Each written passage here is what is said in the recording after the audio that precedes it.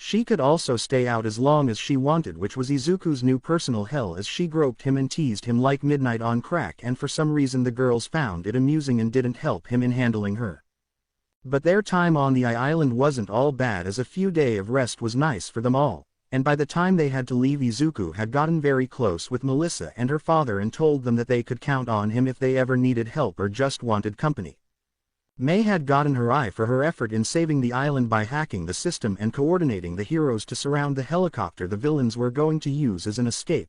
She had been talking about making a robot with it, or maybe it was an android. Izuku didn't really know the difference, so he let it be. But it was on their arrival back that they were immediately met by a problem. Apparently saving island is a big deal and made Izuku even more fans and famous, as the second they got off the tarmac they were swarmed by fans and reporters. Izuku was only saved by the quick arrival of Aizawa and Toshinori with Nezu on the latter's shoulder. They got them all out of there and into a black SUV to take them back to Ua. Nezu looked at the group of teens and spoke in his usual cheery tone. "Well, Midoriya, you sure have luck with villains. I'm inclined to believe wherever you go you're going to encounter villains and make a spectacle out of it all." The blue-haired teen shuffled a little in his seat. "Sorry, I'll try not to do that, but I can't promise anything." Aizawa huffed at this but didn't say anything as he continued to drive. Toshinori, who was in the front passenger seat, turned and gave his own thoughts on the matter. "From the report we received, this Wolfram fellow worked for All for One. Is that true?" Izuku nodded solemnly in response, causing Toshinori to sigh and lean back into his seat. "It seems that man still has pieces on the board. There is still work to do in undoing his web of allies." The occupants in the vehicle were silent to dwell on the words of the previous number one hero, and it was only when Nezu cleared his throat did they get out of their thoughts. Nezu, who was seated on the center console, turned to Izuku and his group before speaking aloud. "That is exactly why the HPSC President Makima and I have agreed that Izuku Midoriya shall be given a part-time pro-hero license to help when he is needed." They were all shocked at hearing this, but none more than Izuku himself. "But sir," he exclaimed. Nezu raised his paw to stop him and continue. "It's already been decided, Midoriya. There are some small restrictions, however, like how you have to have good grades and not be failing any of your classes. Secondly, you won't be being paid, and any damage to property you make will be on the HPSC to fix, so it's a give and take sort of deal." The ninth user wasn't able to speak. He was basically going to be a hero way earlier than he ever thought he would be, and all he had to do was have good grades, which he already had, and due to his brain being enhanced by One for All, it would be smooth sailing for him. I accept and hope to make you all proud." The car had a bright atmosphere as everyone smiled at Izuku. Even the ever-strict Aizawa was happy for his student and had a small grin hidden under his scarf. But it was when they arrived at the dorms of UA that Izuku realized something. His relationship with Momo and Kyoka had been broadcast by the news. His mother had the habit of watching the news because of his own habits of watching hero news almost daily, and she was part of the staff, so they would have told her about the incident already. In other words, his mother knew about his relationship with his girlfriends, and she was currently standing at the front of the dorms with tears in her eyes and a small shaky smile. "Uh-oh," was all he got out of his mouth before his mother shouted, "Izuku, wives, grandbabies." She dove into him and he caught her in his arms, causing him to be drenched in tears and his girlfriends to blush at what his mother had said. The son of Inko Midoriya rubbed her back and tried to comfort her to stop her tears, but when he tried introducing the girls as his girlfriends, she started right back up again. "This is going to be rough," he thought to himself before it got even worse by the doors of the dorms flinging open to reveal his classmates. "Midoriya, Deku-kun, Midori, Deku." They all yelled out in unison. "Oh fuck me," Izuku cursed in his head. But that just made Nana mentally whisper into his ear, "Oh, in front of your own mother and all your friends. Well, I don't mind giving a good show." "Oh Cammy, damn it." Our protagonist stared blankly while sitting on the couch of the common room. He had explained and answered every question the class had, to the point he even let Nan out to talk and greet Toshinori, which caused the man to faint on the spot. In all, he was pretty tired mentally, but the good news was that he now had a hero license and danger sense had been fixed to actually sense danger around him and a good chunk of the surrounding area. So why was he sitting blankly, you may ask? Well, that was in due part to his mother showing his two girlfriends his baby photo album along with the rest of the class. Yup, he was dead inside, and on turning away from the cooing and swooning group he looked at Toshinori, who was still out cold. Apparently Nana, Mina and Toru hit it off as they had started stacking random objects on top of the retired number 1 hero's head in an impressive display. He smiled at the sight and took his phone out to take a picture, and after taking the photo he put his phone back and decided to get one of his super secret snacks that he hid so no one would eat them. Standing up from the couch he walked over towards the cabinet in the kitchen and made sure no one was looking so he could fly up and look at the top of the cabinet, moving the fake bland cereal box to the side and looking inside. To his disappointment he had forgotten that he needed to go and resupply on more snacks, so after putting the cereal box back and landing on the ground he walked off towards his room. He absent-mindedly noted that Nana vanished when he got too far from her and she appeared next to him with a pout, in her own words, ruining all her fun. Izuku rolled his eyes at her and continued on to his room where he got dressed in the suit and glasses that he wore to the party at Islamdi. When asked by Nana why he was wearing it he replied that it was a disguise for him when not wanting to be noticed for who he was outside of UA, since it actually worked to a degree. With that said he went downstairs and gave a kiss to his 2 girlfriends before heading out. He had told them where he was going and was told to get them some things which he agreed to get since he was going out already in the first place. So he left to the nearest convenience store, which was a few blocks away from UA and near a highly populated area and active road. He smiled to himself as his plan to be in disguise working like a charm. Who knew old comics from the pre-Quirk era would be useful in this day and age, but as he was patting himself on the back he made it to the store, which surprised him at how fast he had arrived. But not wanting to waste good fortune Izuku headed inside and bought an assortment of treats. Izuku had gotten himself Pocky and blueberry muffins while he got Momo and Kyoka a chocolate cake and strawberry-flavored Pocky. But that wasn't all he had gotten. He had heard of Ochako getting sick this past week and felt terrible that he couldn't be there with her while he was at Island. So he got her some mochi to hopefully cheer her up, and since he knew Sue had helped take care of Ochako he got his amphibian friend a bag of her favorite powdered donuts. After paying for the treats Izuku walked out of the store and adjusted his glasses. His smile was still as bright as ever, but when he started walking down the street back to UA danger sense kicked in.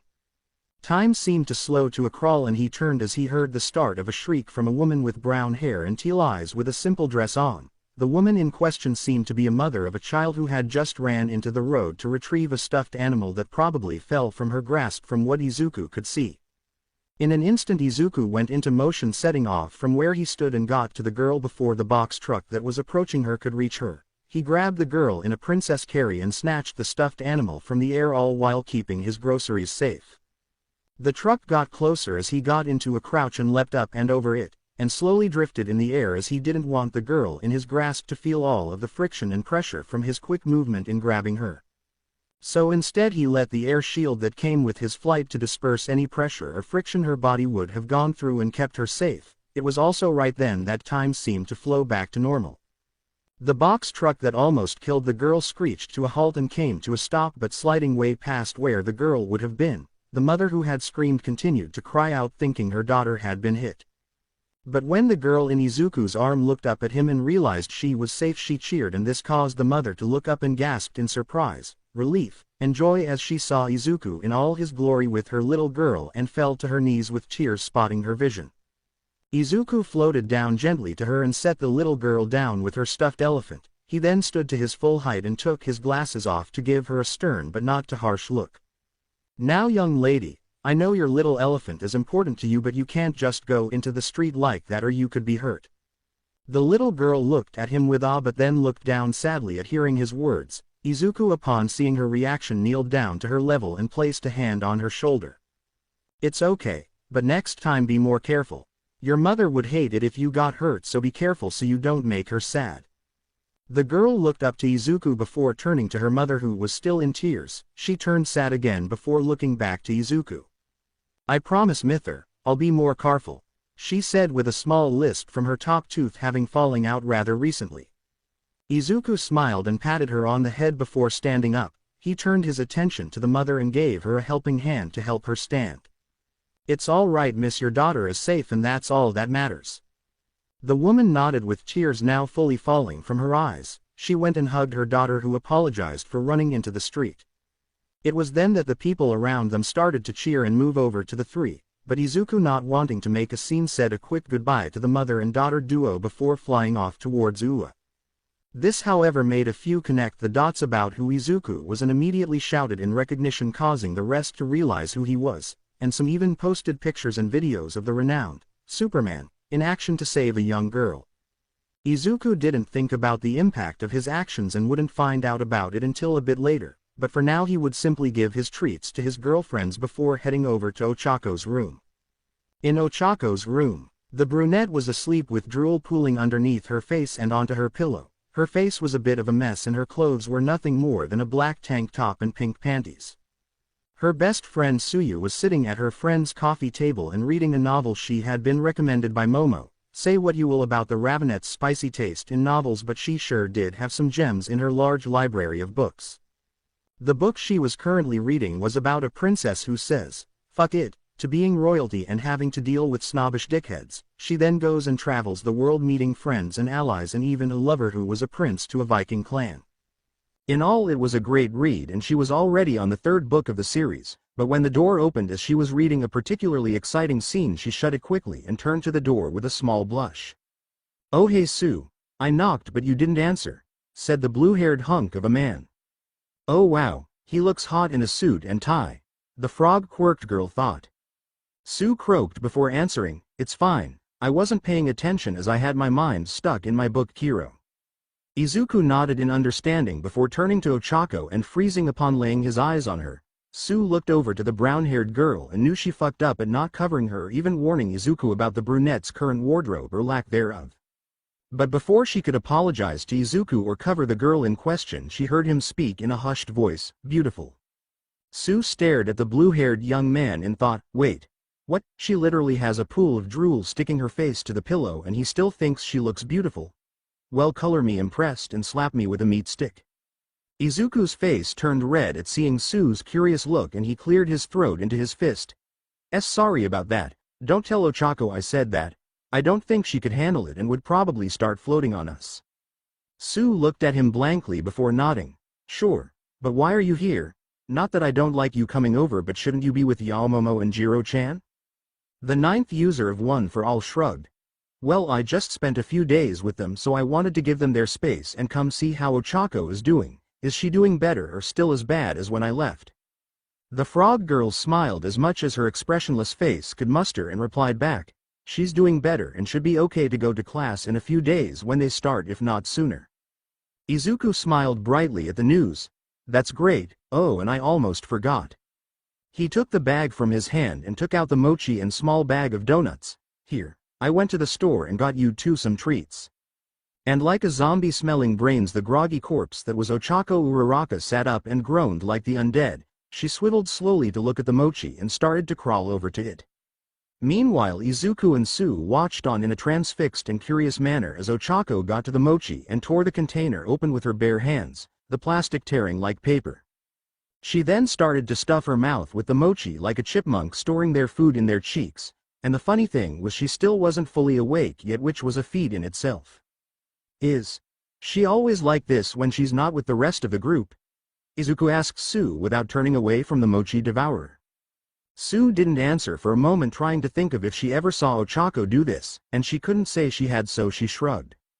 Izuku took her silent reply with a nod of understanding, but as he watched the girl devour the mochi like Kirby on crack, he muttered to himself, "Cute." And like a record scratch, the green-haired girl sitting next to him turned quickly and looked at him with a raised eyebrow before saying, "You have a strange taste in women, Midoriya-chan Kiro." She croaked in amusement as Izuku blushed, but then again he couldn't retort that the girls he was interested in were definitely not normal by any standards. Momo was rich as hell with no understanding of humility when it came to accidentally showing off said wealth. Kyoka had a tomboyish sense of humor and an addiction to music merchandise, as he had found out recently. And those were just the two he was dating and currently getting to know better, who knew how Mei, Sue, Ochako or Toru were like when comfortable and willing to share their more bizarre traits. So yes, he did like girls who weren't normal by any means, but he didn't see that as a bad thing, as it made them all unique and extremely lovable in their own special way. What Izuku didn't know was that he had started mumbling his thoughts again, and Sue heard everything he had been saying, and didn't waste the opportunity to record every single word of it. She wasn't alone, however, as Ochako had awoken from her zombie state after filling her mouth with mochi and was blushing hard at her state of dress and having him see her stuff her face like that. But more importantly, both girls had heard most of what he had been thinking except for who he was crushing on, but they didn't really need to think about it too hard to know most of the girls he was interested in by taking in account of the girls he was close to. It was only when Nana appeared and smacked him upside the head that he stopped his muttering and focused on his surroundings. He saw both girls blushing and knew right then and there that he screwed up. "I'm just gonna go. Hope you enjoy the mochi and donuts." He tried getting out the door, but Nana pulled him back inside and sat him down in front of the two, which only happened because he had forgot he could have easily overpowered the woman in his embarrassed state, leaving Ochako and Sue to look at the young man before speaking. "Deku-kun, are you interested in us, wanna fuck?" Sue. Both Izuku and Ochako shouted while Nana cackled in the background. Sue tilted her head at the two. "What? I thought we were on the same page here." Ochako facepalmed before yelling at her best friend, "Okami, why are you so horny?" Sue just shrugged in response. "I have the ability of most frogs. I may not have horns, but I can definitely be defined as a horn-y frog." At that, Nana burst out laughing even more and fell to her knees in laughter, her eyes pouring tears and her body shaking from laughing so hard. Izuku and Ochako were blushing but also deadpanned at the pun, and only after a few seconds to collect themselves did they start chuckling and joining in on the laughter. They all enjoyed the tender moment, and a few minutes later it died down, leaving them in a comfortable silence. Izuku, since he calmed down enough to speak, decided to take the lead. "Okay, to answer Ochako first, I do in fact like you both in that way, along with Mei, Toru, and of course Momo and Kyoka, with a few others I'm not willing to share just yet. And Sue. I won't be doing that until I get more comfortable with Momo and Kyoka first, and if you somehow join us in our relationship and want that to happen, then and only then can you speak with the girls about planning for that to happen." Ochako blushed so red she was the same shade as a tomato, while Sue merely nodded in understanding. Upon seeing their reactions, Izuku sighed in relief before he started talking with them and asking how their time had been since he left Tai Island. Apparently nothing of real importance happened except for an incident where Monoma of Class 1B had came over and harassed the class, making Izuku rub his forehead, wondering why the blonde was so upset with them this time. Sue answered this unspoken question a second later, explaining how the blonde was jealous of Izuku and proclaimed that his class would still surpass theirs. So in other words, Monoma got butt hurt and wanted to bark at them as per usual. In all honesty, Izuku was glad he went to Island if it meant skipping the blonde's monologue and instead spent time with his girls and Melissa. Of course the villain attack wasn't desirable, but better than Monoma any day. That sucks. Hopefully he chills out, but that's highly unlikely to happen unless I talk to Kon-sensei and complain about one of his students harassing us unprovoked. Izuku said, and honestly thought about doing it since even he was getting tired of Monoma's antics. They continued to complain about Monoma in a sort of therapeutic way to vent their frustration about the blonde, even joking with Nana, who Izuku introduced for a bit until Izuku said his goodbyes and left back downstairs. It was probably around noon when he entered the common room and put his snacks in the pantry in his hidden spot after getting a box of Pocky for himself, after which he went over to the couch where he sat next to Toru and greeted her. "Hey Toru, want a stick of Pocky?" The invisible girl blushed, which only Izuku could see due to his enhanced vision. She nodded shyly, grabbing the offered treat before taking small bites out of it. She thanked him and turned her attention to the TV, which was on some random channel. Apparently someone had checked the news because it was currently on the news channel of all things. "We have new information brought by the Coast Guard that an ongoing search for a lost cruise ship off the coast of Japan in the Pacific Ocean is still underway. Heroes have tried finding the ship but have not made any new progress in their search." Toru frowned at this. "That's horrible. I hope they find those people soon." It was then, however, that she felt a breeze. Turning to the side, she saw Izuku was gone and her head tilted in confusion before a light bulb appeared over her head in understanding a few seconds later as she understood what had happened. She turned to the others in the room who hadn't noticed yet and wondered if she should mention the blue-haired boy had gone to most likely search for a cruise ship in the middle of the ocean, but she soon decided against it since she knew he'd probably be back soon anyways. So she instead took Izuku's Pocky box he left on the couch and started to eat them while she waited for his return, and blushed when she thought she sounded like a housewife waiting for her husband to return home from work. In the Pacific Ocean, a ship was trying its best to stay afloat while being hammered with heavy rain and vicious waves. the thunder echoing in the sky as the ship's captain furiously shouted commands to his crew. Wave starboard side. Winds coming in from the east. Boom! The wave hit the side of the ship, causing it to almost turn over, but just barely straightened out, letting the crew breathe a sigh of relief. However, their relief was short-lived as an even bigger wave seemed to appear out of nowhere and was heading right at them. The captain cursed under his breath and shouted into his radio to alert his crew and passengers of the imminent danger. All crew and passengers brace for impact. I repeat, BEACE for impact. A crewman next to the captain looked towards his higher-up and spoke in a hysteric voice. But sir, that wave will kill us. Why even tell the others to brace themselves if we're all going to die? The captain turned to look his helmsman directly in the eye, because at least they'll die with hope. The crewman didn't say anything back before turning to look at the wave ahead of them, and he choked a cry of dismay, trying not to show his horror at the situation, knowing his death was coming. The captain, seeing this reaction, also moved to look at the wave and turned the radio on once more to speak to everyone on board. Another wave coming in on T-10. 9. 8. 7. 6. 5. 4. 2. 0.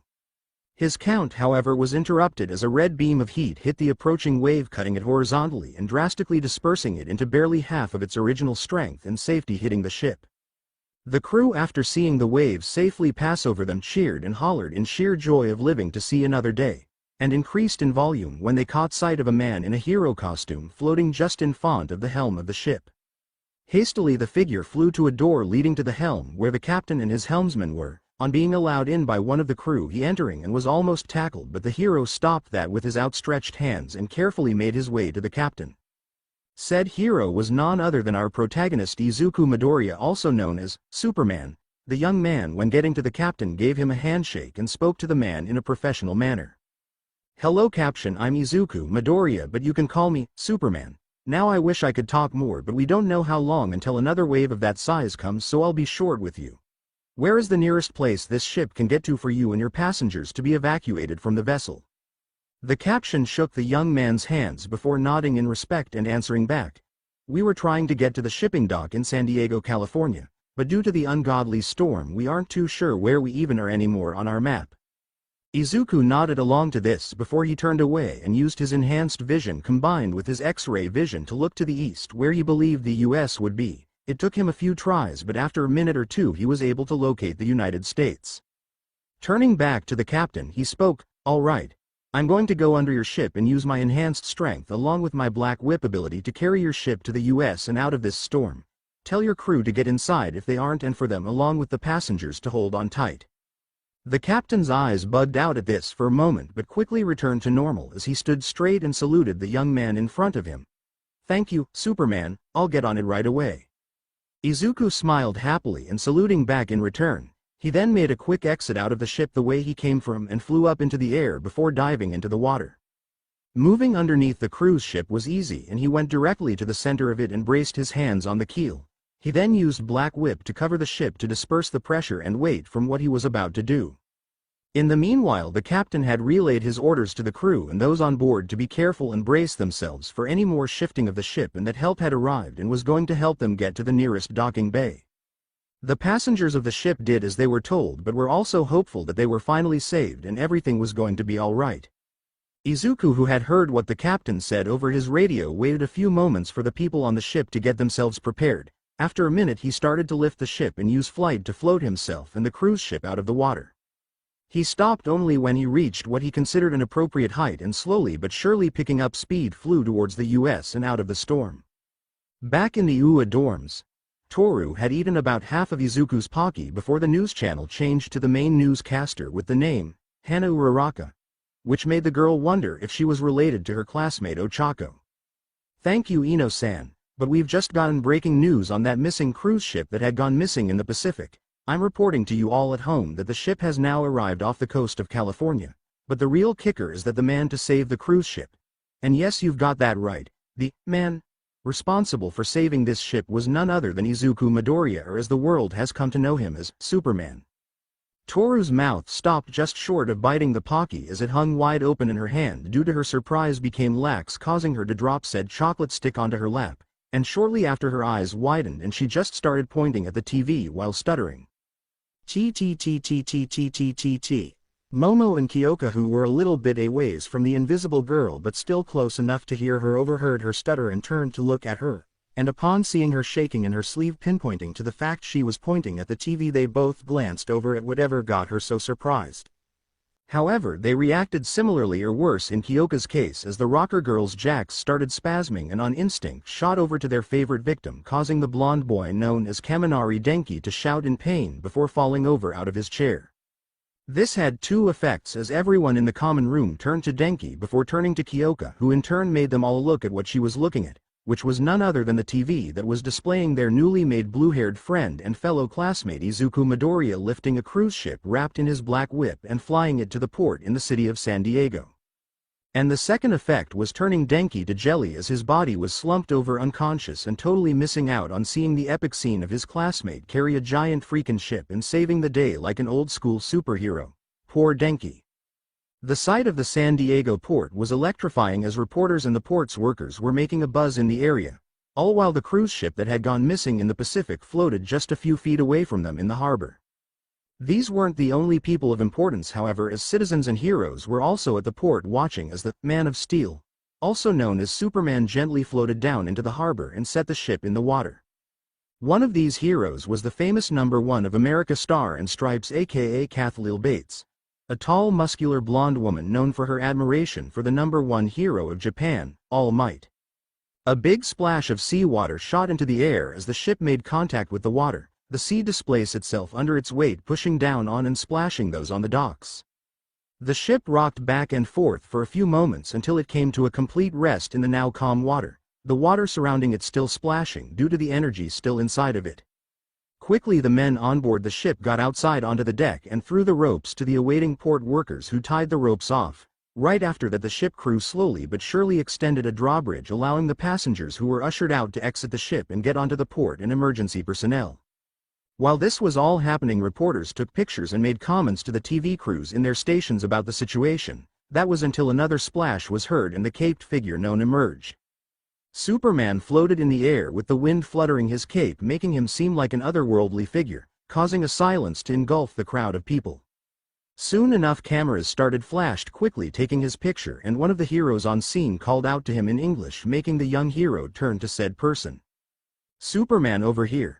Superman, aka Izuku, turned to the woman as he was fluent in English due to various bidding wars he was in when he was younger for All Might merchandise, not his proudest reason for learning English, but at least he had a few premium edition All Might posters and figurines from his endeavors.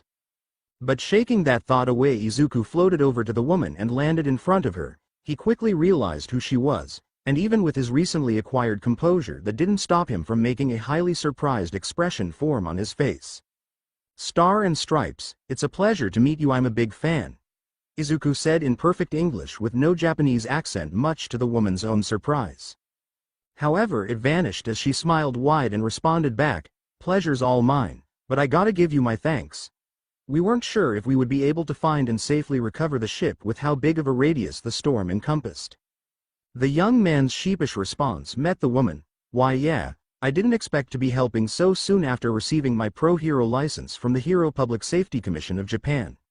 But I am glad I was able to help. I rushed over to the Pacific after hearing about the situation on the news. From there I was able to locate the ship using my super hearing, and I'm sure you can guess what came next." Star and Stripes chuckled and patted his shoulder similarly to what an older sibling would do. "I sure can. Great work for a newbie. I'm glad to see you working so good on your first day." Izuku blushed at the strange act of kinship and rubbed the back of his neck. "Thanks, but..." He was cut off as reporters started to make a racket demanding to talk to Izuku and were trying to force their way to the pair. However, upon seeing this, Izuku's sweat dropped and turned back to the #1 hero of America. "Sorry to save and fly, but I rather not get hounded by reporters. I haven't had the class on how to deal with them yet. Hopefully we can work together in the future sometime, since I'd love to work with a fellow All Might pupil and fan." He extended his hand to Star and Stripes, who looked at it and then up to him, her mouth forming her iconic smile as she extended her own and grasped his. "That's understandable. No hero likes the press except for the glory hogs, and yeah, that would be great. I'll see you around, Superman, and make sure to tell All Might I said hi." Izuku gave a genuine smile of his own and nodded his head before releasing her hand and taking a step back, Almost immediately afterwards he shot up into the sky and a sonic boom echoed when he was high enough to reach past Mach 1 without hurting anyone's hearing.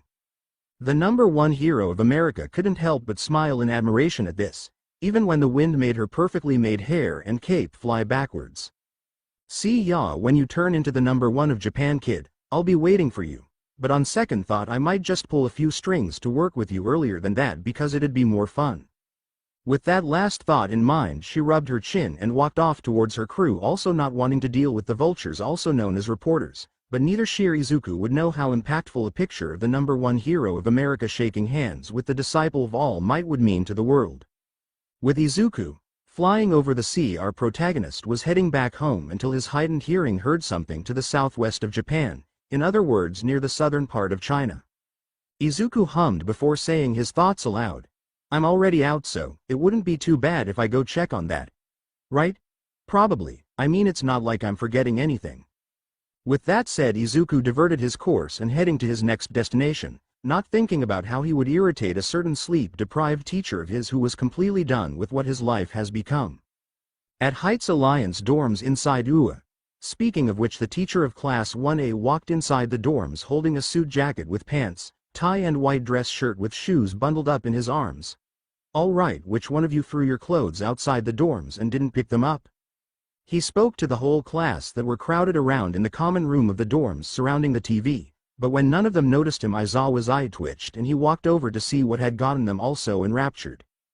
However, when he pushed past Mineta and Kaminari to see his #1 problem child setting a cruise ship into the port of San Diego's water and shaking hands with the #1 hero of America, even he wasn't sure how to react. So after a few minutes to digest and form a plan of action, he dropped the clothes onto the floor uncaringly and turned around to walk out of the dorms.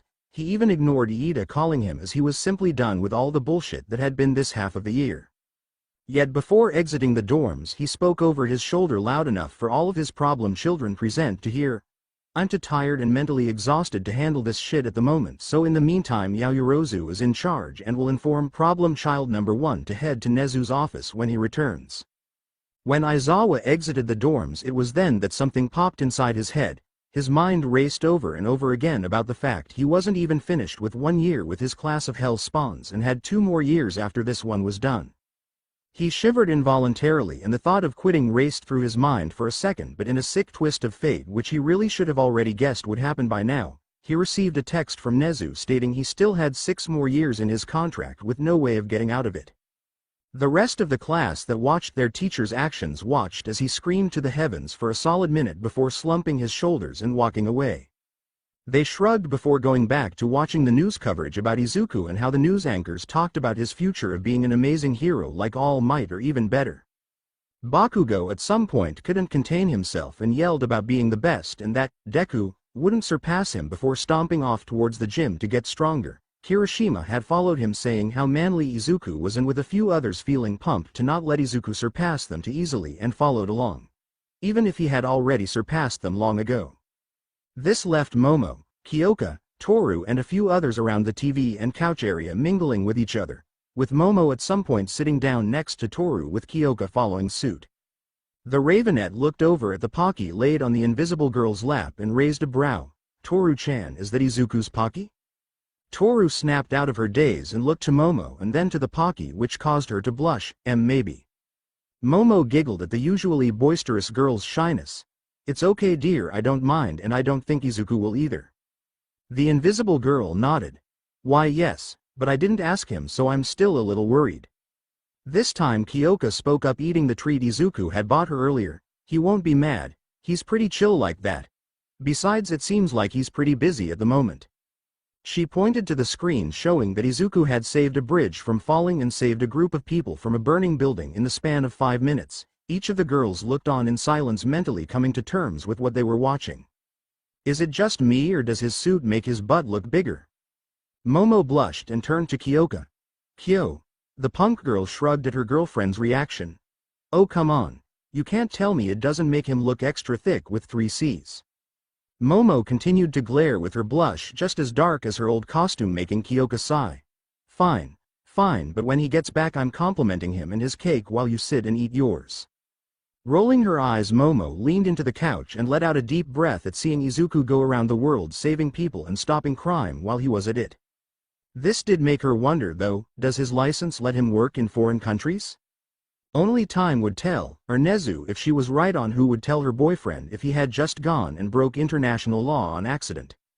30 minutes later, Boom Izuku's flying form shattered the sound barrier as he approached Ua. He had just finished with a building collapse and was heading home with his hero suit full of various scratches and scuff marks. After all he had done so far today, he was glad he had a pack of Pocky waiting for him and was also needing to talk to Nezu about something he had thought of while on his patrol around the world. Coincidentally, he had the same thought as Momo of whether or both he had accidentally gone over the other country's jurisdiction or whatever they called it. He honestly worried he stepped over the line with his hero license and didn't think of the consequences, but then again he wouldn't feel bad breaking a few laws if it meant saving people. With that thought in mind, he saw Ua in his sight. Slowing down his flight to get under the sound barrier, Izuku reached the school easily enough and landed in front of his dorm building. He landed as soft as he could, making a thumb on the ground. Seeing the small indents of his feet, he knew he'd need to get a bit more experience before being able to land the way he wanted. But that was for another time. He needed a quick shower and to change into a new set of clothes before taking his suit to Mei to be cleaned and repaired. Looking around for his discarded clothes, Izuku noted that his clothes had gotten picked up by someone. He guessed it was one of his classmates and shrugged it off. The doors of the dorms opened and Izuku walked inside to see a basically barren common room with the only occupants being Momo, Kyoka and Toru sitting on the couch. "Hey you three. Where's everyone else?" the blue-haired teen asked, being mindful to not get ash on the carpet by floating an inch above the ground. The three turned to him with smiles, in Toru's case a shy smile. Momo being the one to speak caused Izuku to turn and focus on her. "Well, most left to train after seeing you save that cruise ship. The rest went to their rooms or to go and do other activities." Izuku nodded to this and turned to the pile of his clothes thrown onto the ground of the common room in a small bundle. He blinked before shrugging and going to pick it up. He bent over and Kyoka whistled at the sight when his cape flew to the side from unknown wind, causing Momo to elbow her in the side. Izuku turned around with his clothes in hand and tilted his head. "What's going on?" Momo with a big blush shook her head. Nothing at all. "Why don't you go and shower? We'll still be here to talk when you're finished." Izuku nodded hesitantly, thinking something was off, but didn't push it before floating over to the stairs, leaving a snickering Kyoka and two blushing girls behind. Momo, having waited for Izuku to leave, turned to Toru and smiled teasingly. "So, Toru-chan, you like Izuku in a romantic way, correct?" The invisible girl's face turned flushed and she squeaked, but just a second later they all heard a loud noise from the second floor and turned to see Izuku roll onto the bottom of the stairs, having just fell on all the stairs leading all the way to the second floor. Their eyes went wide as Izuku shot up, his forgotten clothes flying into the air. He looked at the girls with his mouth agape before stuttering, "Th Thuan th what?" Toru's horrified red face met his own and Izuku gulped. "Why, you like me?" The invisible girl felt like dying as she grabbed her arm and rubbed it shyly while her blush stayed on her face. It took her a few moments before she lifted her gaze to him and answered truthfully. "Why, yes I do." Izuku wasn't sure how to react to this, so he turned to Momo and Kyoka. The two were looking at their boyfriend while eating their treats he had bought them earlier. Upon seeing him turn to them, Momo with a mouthful of cake waved her hand at him in a "go on" motion, while Kyoka with a smirk gave him a thumbs up. Hesitantly the blue-haired teen looked at Toru and spoke. "I like you too actually, but I would like to get to know you a bit more before dating you fully. Is that all right?" Toru jumped up with a huge smile and glomped him. Izuku, reacting quickly, hugged her back but soon pushed her away and apologized. "Sorry Toru, I got concrete dust and most likely ash all over you." Looked down at her body. Toru saw herself full of gray and black dust on the front of her clothes and arms. She looked up at the taller teen and shook her head with wistful smile. "It's fine, besides I'm the one who hugged you." Rubbing his neck, Izuku replied back, "I guess, but I still feel bad." Seeing the opportunity in front of her, Kyoka snorted and spoke cheekily. "Well, why don't you pay her back by helping her wash up? I'm sure she'd enjoy your hands all over her soft and supple body." "Kyo, quit being so perverted," shouted Momo, who gulped down a bite of her cake to speak. Izuku and Toru were both blushing furiously and jumped away from each other. and while sneaking glances at each other they blushed upon their eyes meeting. It was then, however, that Momo remembered what Aizawa had asked of her when Izuku returned. She turned to her love and said, "Izuku-kun sensei asked for me to tell you that Nezu would like to speak with you in his office when you returned." Turning to his raven-haired girlfriend, Izuku asked, "Did he say if I had to do it right away?" Momo shrugged in an undignified manner. "He didn't say, but you most likely won't be reprimanded if you take a short shower." "Right, I'll do that and be right back after I'm done talking to Nezu. I'll probably be back in time for dinner, but if not then please save me a plate." The girls nodded to this and Izuku rushed off to his room's bathroom with his clothes in hand. Quickly he put his clothes away before getting dressed in some jeans, sneakers and a gray long-sleeved shirt with the sleeve rolled up to the elbow. After getting dressed and making sure he didn't have any more pieces of concrete in his hair, Izuku left his room and went downstairs to see the girls had put on a movie. He didn't recognize the movie, but he didn't linger on it as he went over to them. He gave Momo and Kyoka a kiss on their cheeks goodbye before turning to Toru. The not-so-invisible girl blushed as he looked at her, wondering if he should do the same to her. But right as he was about to turn away he saw the expected look on her beautiful face. Her lips were puckered lightly with a glint in her eyes that made Izuku lean forward. Their lips met, making Toru's and Izuku's hearts flutter at the warm sensation. It being Toru's first time caused her to reach for his cheek as she felt her heart begin to blossom in a way she had never felt before. But the kiss could only last for so long. Eventually they parted with their eyes peering into the others with a sense of love that was slowly but surely beginning to form between them. Clearing his throat and looking away from the beauty in front of him, Izuku's face burned brightly as he said, "That was nice. I have to go, but it was very cool." Snorting, Toru smiled at his shy nature, but her only reply due to her own shyness was a quiet response, "Yes, very cool." Gulping, Izuku looked into her eyes and smiled softly. "I'll talk to you later. See you, Toru-chan." Smiling back, Toru waved and replied back, "See ya later, Izuku-kun." Izuku walked out of the dorm with one last wave towards the girls, and when they made sure he left far enough by waiting a few minutes, Kyoka spoke in a smug voice. "So, you want some of Izuku's cake too, huh?" "Kyoka!" yelled Toru in embarrassment, echoing throughout the dorms. I hope you guys enjoyed this video. Please make sure to like and subscribe to the channel, and now we will see you in the next video.